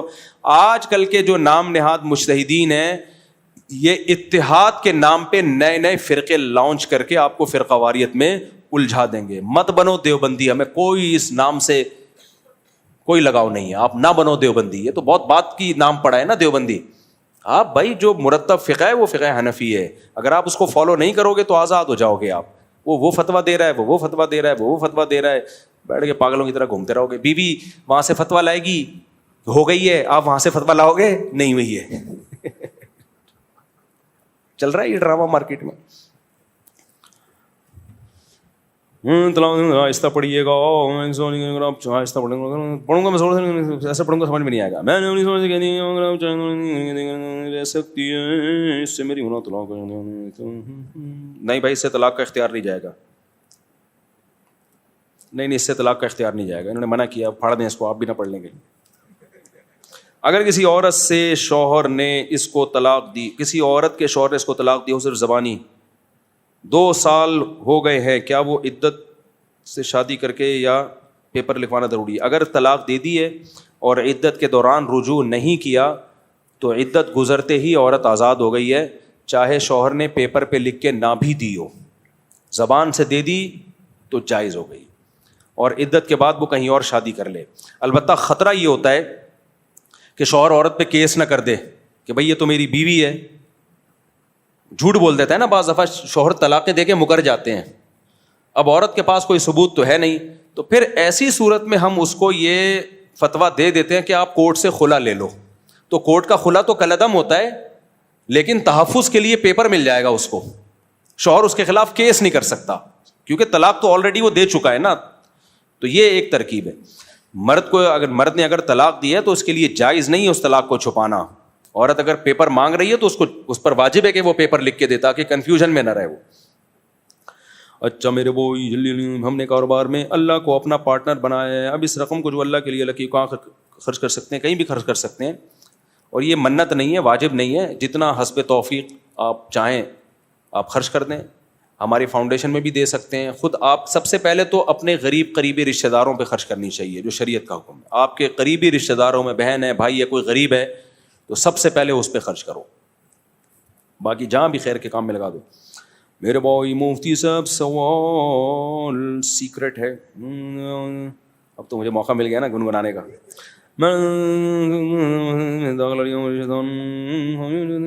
اتنا کچھ سیکرٹ بات تو نہیں لکھی، میں سمجھا پتہ نہیں کوئی کیا لکھا ہوا ہوگا اس کے اندر، یہ کوئی سیکرٹ بات تو نہیں،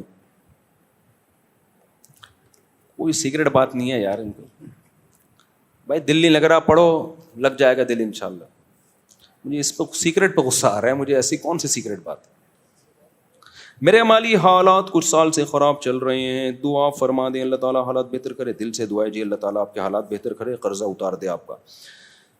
یہ سوال ایک آخری پڑھ لیتا ہوں، پھر ایک چھوٹی سی بات آپ کے سامنے کروں گا، جو میرے سے اتوار کو لوگوں کی ملاقاتیں بہت ہوتی ہیں، مجھے بہت کچھ لوگوں سے سیکھنے کا موقع ملتا ہے، تو میں پھر سوچتا ہوں کہ یہ بات میں لوگوں سے شیئر کروں گا، اپنے تجربے وہ بھی شیئر کرنے والا ہوں آپ سے۔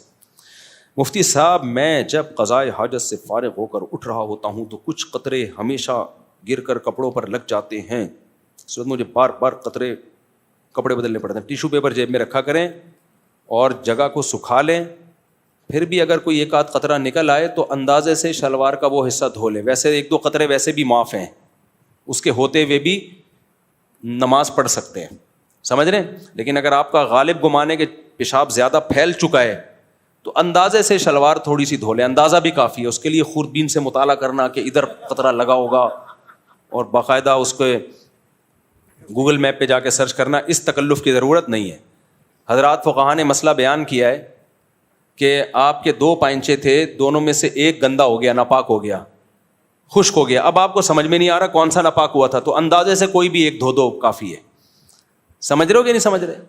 تو یہ وہی فقہ حنفی نا صدیوں سے جو چلا آ رہا ہے، فقہاء نے بہت پہلے ہی مسائل نمٹا دیے، پہلے حدیث سے پوچھو گے وہ اجتہاد کرنا شروع کر دے گا، قرآن و حدیث میں تو اس کی وضاحت ہے ہی نہیں نا، کہاں سے لاؤ گے ایسا اجتہاد؟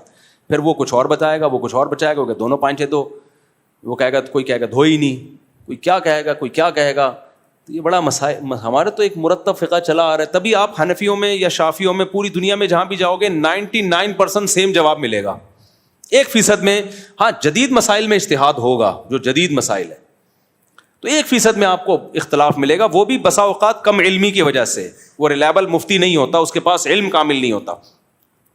ایک چیز دیکھو جو میں لوگوں کے حالات سے دیکھتا ہوں نا، مالی تنگی، جب مرد مالی پریشانی میں مبتلا ہوتا ہے نا، بہت شدید ڈپریشن میں جاتا ہے، وہ بیماریوں سے اتنی ڈپریشن نہیں ہوتی جتنی مالی تنگیوں سے ہوتی ہے۔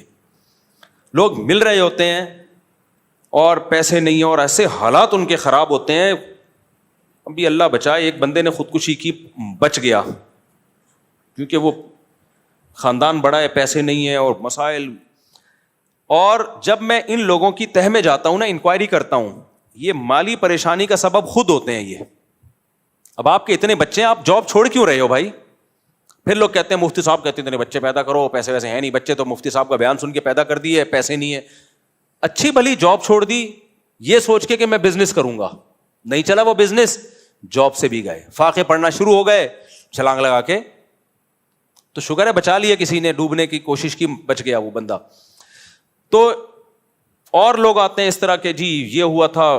تو 99.9% وہ لوگ ہیں اس میں جو قدرت کی طرف سے پیسوں کا مسئلہ نہیں ہوتا, وہ ان کی اپنی کسی حماقت سے ہوتا ہے. کروڑ روپے فلاں کو دیا تھا, ڈوب گئے. ابھی چند دن پہلے کیس آیا کہ میرے والد صاحب نے کروڑوں روپے کا لون لیا ہوا تھا کسی سے کاروبار چلانے کے لیے, وہ چلا نہیں, تو اب وہ لون کی ڈپریشن کی وجہ سے ابا جوانی میں ہی فوت ہو گئے. اتنی اسٹریس لی گھر میں, ظاہر ہے عزت دار آدمی کے گھر کے باہر جب لوگوں کا رش لگا ہوتا ہے تو وہ کیسے برداشت کرے گا, وہ ڈپریشن میں انتقال ہو گیا. ابا جب گئے تو بچے تو اس سے بڑی اسٹریس میں آ گئے کہ ایک واحد ذریعہ تھا وہ بھی گیا. اب وہ سارے قرضے دار بچوں کے سامنے کھڑے ہوئے ہیں, بچے کہہ رہے ہیں ہم کہاں سے دیں بھائی. تو میرے بھائی ایسے کام کرتے کیوں ہو جس سے کل آپ کو یہ مصیبت ہو. نبی صلی اللہ علیہ وسلم کی صحیح حدیث ہے, 2 حدیثیں سناتا ہوں. ایک حدیث میں آپ نے فرمایا دع ما یریبک الی ما لا یریبک, جس کام میں ذرا سا بھی تردد ہو, حدیث کا مفہوم پیش کر رہا ہوں اپنے الفاظ میں, ذرا سا بھی جس کام میں شک ہو نا, تو اگرچہ اس میں بے انتہا فائدہ ہو لیکن ذرا سا بھی نقصان کا خطرہ ہو تو اس کام کو چھوڑ دو, کم فائدے والا کام کرو جس میں نقصان کا خطرہ نہیں ہے. لوگ بڑے گیموں کے چکر میں ہوتے ہیں, بڑے گیموں کے چکر میں کہتے ہیں رسک لیے بغیر تو پیسہ کمانا ممکن نہیں ہے, کچھ رسک تو لینا پڑتا ہے. ٹھیک ہے لے لو پھر رسک, اگر نقصان ہو گیا تو پھر ڈپریشن سے مرو گے اور کچھ نہیں ہوگا. بھائی تھوڑا کما لو, نہ تو 1.5 کروڑ کسی کو, نہ لو 1.5 کروڑ قرضہ لے کے کاروبار نہ کرو, جتنا جیب میں ہے ٹماٹر کی ریڑھی لگا لو بھائی, کیا جا رہا ہے اس میں, نہ نہیں ٹماٹر کی ریڑھی لگاتے ہوئے ان کو شرم آئے گی. تو اس لیے میرے بھائی خدا کا واسطہ قرضے لے لے کے کاروبار مت کریں, اس میں بہت کم لوگ کامیاب ہوتے ہیں. اس کے بعد قرضے چڑھتے ہیں, اس کو اتارنے کے لیے پھر سود بھی لیتا ہے, پھر ادھر سے سود, پھر ادھر سے سود, پھر سودوں میں جکڑتا چلا جاتا ہے, بیڑا غرق ہو جاتا ہے, تو ڈپریشن میں جاتا ہے, زندگی کے جینے کا مزہ ختم ہو جاتا ہے. ہم آپ کے سامنے بیٹھے ہوئے, ہم نے اللہ کا شکر ہے جیسے بھی حالات, اول تو کوئی خاص برے حالات آئے نہیں الحمدللہ ہمارے اوپر, لیکن ظاہر ہے میرے بھی بیوی بچے بہت کچھ, لیکن ہم نے کہا بھائی جتنا جیب میں ہے اسی پہ گزارا کرنا ہے, قرضہ نہیں لینا بھائی. دیکھو آدمی بھوکا بھی گزارا کر لیتا ہے, اگلے ٹائم پہ کھا لے گا, اس کو ڈبل مزہ آئے گا. کسی کا پیسہ چڑھا ہوا ہو, وہ ٹارچر کر رہا ہو, عزت کا جنازہ نکال رہا ہو, پھر آپ کو ہر وقت یہ غم ہو اس کے پیسے دینے, میں نے زندگی کے مزے خراب ہو جاتے ہیں. تو اس لیے کسی قیمت پہ بھی چلتی ہوئی جاب نہیں چھوڑنی ہے. بحریہ ٹاؤن میں 1 ارب روپے کا آدمی کے ڈوبے ہیں, کتنے, اور آج نہیں 7-8 سال پرانی بات ہے. 7-8 سال پہلے 1 ارب کی کیا ویلیو ہوگی, کیونکہ بحریہ ٹاؤن کی جب زمینیں اوپر جا رہی تھی نا, اس بندے نے کیا کیا, ہمارے ایک جاننے والا تھا, اس نے ساری پراپرٹیاں, اپنا گھر بھی بیچ دیا. اس نے بولا سب ادھر جھونک دو یار, اگلے سال ڈبل کا ڈبل ہو جائے گا, یہ گھر تو بنتا رہے گا بعد میں. کچھ عقلمند لوگوں نے کہا کہ بھائی اس کا بھی تو امکان ہے کہ نہ ہو. اس نے کہا یار نہیں ہے, میں نے سارے اسٹیٹ ایجنٹ سے معلوم کر لیا ہے, پوری رپورٹ ہے کہ یہ تو ڈبل ہوگا. وہ نہیں ہوا, وہ دھڑام سے قیمتیں نیچے آئی ہیں, روڈ پہ آ گیا وہ بندہ, ذاتی گھر سے بھی گیا ہے وہ آدمی. کیوں جوئے کھیلتے ہو, یہ بھی ایک قسم کا جوا ہی ہو گیا نا, تو کیوں ایسا کام کر رہے ہو. تو ہمیں شریعت نے اسباب کا حکم دیا ہے. دیکھو علماء نے یہ بات لکھی ہے کہ اللہ نے جگہ جگہ قرآن میں کہا نا مال جمع کرتا ہے, گنتا رہتا ہے, تو یہ کنجوسی اچھی چیز نہیں ہے, تو مال جمع کرنا اچھا کام نہیں ہے. لیکن علماء نے اس کے باوجود لکھا ہے کہ کم سے کم 1 سال کا مال جمع کرنا ضروری ہے. یہ مال جمع کرنے میں نہیں آتا, یہ ضرورت ہے. کیا مطلب, آپ نے اپنے گھر کے خرچے دیکھ لیے کہ یار میرا گھر کا 1 لاکھ خرچہ, یا 1.5 لاکھ خرچہ, یا 50,000 خرچہ, جو بھی ہے, تو آپ کو اندازہ ہو گیا میرے گھر کا لم سم خرچہ فار ایگزامپل 1 لاکھ ہوتا ہے, ایک مثال ہے. تو آپ یہ فرض کر لو یار آج میری جاب چلی گئی نا, تو میں تو روڈ پہ آ جاؤں گا, تو میں کم سے کم 1 سال کا نان نفقہ جمع کر کے رکھوں. تو آپ نے کیا کرنا ہے, 12 لاکھ جمع کر لینے, اور کیش کی شکل میں نہیں, 12 لاکھ کا گولڈ خرید کے لاکر میں ڈال دو. آپ سمجھ میں آ رہی ہے بات کہ نہیں آ رہی ہے؟ گولڈ بھی وہ خریدو جو فوراً کیش یعنی اس کی شکل میں ہو, اینٹوں کی شکل میں. اس میں پیسے بچاؤ, آپ شروع میں کنجوسی کر لو, اس کنجوسی کا کوئی گناہ نہیں ملے گا آپ کو, یہ ضروری ہے. کل لوگوں کے سامنے بھیک مانگنے سے بہتر ہے شروع میں تھوڑا سوکھی روٹی پانی میں ڈبو. بیگم کو بھی سمجھا دو, بیگم دیکھو جاب کبھی بھی جا سکتی ہے, یہ توکل جائز نہیں ہے ایسا کہ بعد میں اپنی لیے مصیبت کھڑی کرو, یہ وہ توکل نہیں ہے وہ. تو بیگم کو بھی بتا دو, دیکھو بیگم شروع میں سوکھا چارہ کھا لیں گے ہم, صحیح ہے نا, سوکھی روٹی کھا لیں گے ہم, ابھی میں پیسے بچا رہا ہوں, اور یہ نہیں کہ میں کنجوس ہوں, 1 سال تک, کہ اس سے زیادہ نہیں, پھر زیادہ کی تو کوئی حد ہی نہیں. ہماری جاب چلی گئی, وہ بیگم کہے گی کیوں جا رہی ہے آپ کی جاب, اللہ نہ کرے ایسی باتیں نہیں کرو آپ, اللہ نہ کرے, اللہ نہ کرے. بھائی اللہ ہی کرتا ہے, اللہ کرنے پہ آتا ہے تو سب کچھ کرتا ہے, تو اللہ نے کوئی گارنٹی نہیں لی ہے, اللہ نے رزق کی گارنٹی لی ہے بشرطے کہ آپ اپنی ذمہ داری پوری کریں آپ. تو آپ نے کیا کیا بھائی, 1 سال کا آپ نے بچا کے گولڈ خرید کے لاکر میں ڈال دیا کہ آج اگر جاب لیس ہوتا ہوں تو میرے پاس 1 سال کا گزارا ہے, اس دوران میں کوئی دوسری جاب تلاش کر لوں گا. بزنس کرتا ہوں تو تجربے کے لیے 1 سال بھی بہت ہوگا میرے پاس. لوگ کچھ بھی نہیں کر رہے ہوتے, اور جاتے ہی ایک دم جب عذاب آیا, مصیبت آ گئی ادھر سے, غفار بھائی 50 روپے مل جائیں گے یار. پھر جمشید بچپن کے دوست کو بھول گیا. جمشید پہلے تو بڑا بلاتا تھا, گلی دیکھ کے رہا, بھائی نہ جمشید پوچھے گا نہ غفار پوچھے گا, بچپن کے لنگوٹی یار بھی بھاگ جائیں گے. اور ویسے بھی بھیک مانگنا کتنی بری بات ہے یار. تو اس لیے 1 سال کا رکھو کم از کم اپنے پاس, اور چلتی پھرتی جاب, یہ جو موٹیویشنل اسپیکر ہیں ان کی باتوں میں آ کے مت چھوڑو. اور اسی طرح اگر اللہ نے اضافی پیسہ دے دیا ہے آپ کو, نہیں دیا تو کوئی فکر نہیں کرو, بچہ جب پیدا ہوتا ہے 2 ہاتھ 2 پاؤں لے کے پیدا ہوتا ہے, وہ خود کما لے گا, زیادہ ٹینشن مت لو. لیکن اگر اللہ نے اضافی پیسہ آپ کو دے دیا ہے, آپ ہینڈ ٹو ماؤتھ نہیں ہو, اچھا کھا رہے ہو, اچھی سواری ہے, اور اچھا آپ کا سب کچھ لائف اسٹائل اچھا ہو گیا, خوراک خاص طور پہ, پھر جو اضافی پیسہ ہے تو پھر شریعت کا بھی حکم ہے کہ بھائی کچھ اپنے بچوں کے لیے پراپرٹی یا گولڈ کی شکل میں بنا دے انسان, پھر وہ سیو کرنا شریعت کا حکم ہے. میں تو ذاتی گھر بنانے کا قائل نہیں ہوں, ان لوگوں کے لیے ہوں جو تنخواہوں پہ چل رہے ہیں, دکان پکوڑوں کی اور باتیں کروڑوں کی, وہ پھر اپنا جو ہے نا کھانا پینا بھی بھوکے رہ کے گھر بنا رہے ہو, تو یہ کوئی کمال نہیں, یہ دنیا کی محبت ہے. لیکن اللہ نے اضافی دیا ہے نا, ہاتھ کھول دیا اللہ تعالیٰ نے, اور آپ خوب کھا رہے ہو, پھر بھائی کچھ ایسی پراپرٹی وغیرہ ایسی جگہ پہ نہ دو جو رسکی ہو. وہی بات ہے کہ یہ اس کی قیمت تو ڈبل ہو جائے گی, لیکن ڈاکومنٹیشن اس کی مضبوط نہیں ہے, متنازع پلاٹ ہے, وہ بہت سستا بک رہا ہے اور بہت مہنگا بک جائے. نہیں بھائی نہیں, ریلائبل جگہ پہ, کام ہلکا ہو لیکن پائیدار ہو, زیادہ پروفٹ نہ ہو لیکن کیا ہو, پائیدار ہو. تو ایسی جگہ پہ کوئی پراپرٹی لے کے ڈال دیں, یا گولڈ لے کے لاکر میں ڈال دیں, بھائی یہ میرے مرنے کے بعد بچوں میں تقسیم ہو جائے. بالکل ایسا نہ ہو کہ میں مروں تو کچھ کھانے کو ہی نہ ہو, زکوٰۃ پہ آ جائیں لوگ. تو اگر اللہ نے اضافی کچھ دیا ہے تو اس میں بھی کسی حد تک, بہت زیادہ نہیں, کسی حد تک اولاد کی فکر, یہ بھی باپ کی ذمہ داری ہے. ہاں اس میں فکروں میں پاگل ہو جانا اور اپنا کھانا پینے سے ہی جانا یہ غلط ہے, اور وہ بھی ایک لمٹ فکر ہو, اس کی بھی ایسا نہیں ہو کہ انتہائی نہیں ہے, وہ انتہا تو پھر بھائی کچھ بھی نہیں ہے. تو وہ بھی 2 عدد ہاتھ اور 2 عدد پاؤں لے کے آئے, کم بختوں کو بھی کچھ خود بھی کرنے دو, ٹھیک ہے, کیونکہ سارا ہی باپ سے اگر وہ ہوگا نا تو پھر خود اپاہج ہو جائیں گے, کسی کام کے نہیں رہیں گے, وہ پراپرٹیاں بیچ باچ کے کھا جائیں گے, پھر آخر میں انہوں نے بننا غریب ہی ہے. تو ان کو بھی کچھ موقع دو کرنے کا کہ اب خود بھی کچھ کرو کم بختوں. ہاں اتنا ہو گیا ہے. اچھا اس میں کیا ہوتا ہے, میں اپنے دوستوں میں بعض لوگوں کو کہتا ہوں, یار تم 45 سال کے ہو گئے, اگر تمہیں اللہ نے بہت دیا ہے تو کچھ بچوں کے لیے بنا لو, بنا کے چھوڑ دو, بس اس کو بھول جاؤ. پھر اگر مر گئے تو کیا ہوگا, میں کیوں مروں گا بھائی.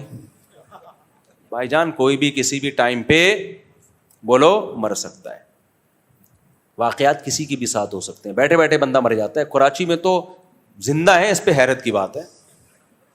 کراچی میں اس پہ نہیں, مجھے وہ لوگ کہتے ہیں فلاں کا انتقال ہو گیا, وہ نیچرل ہے, نارمل ہے.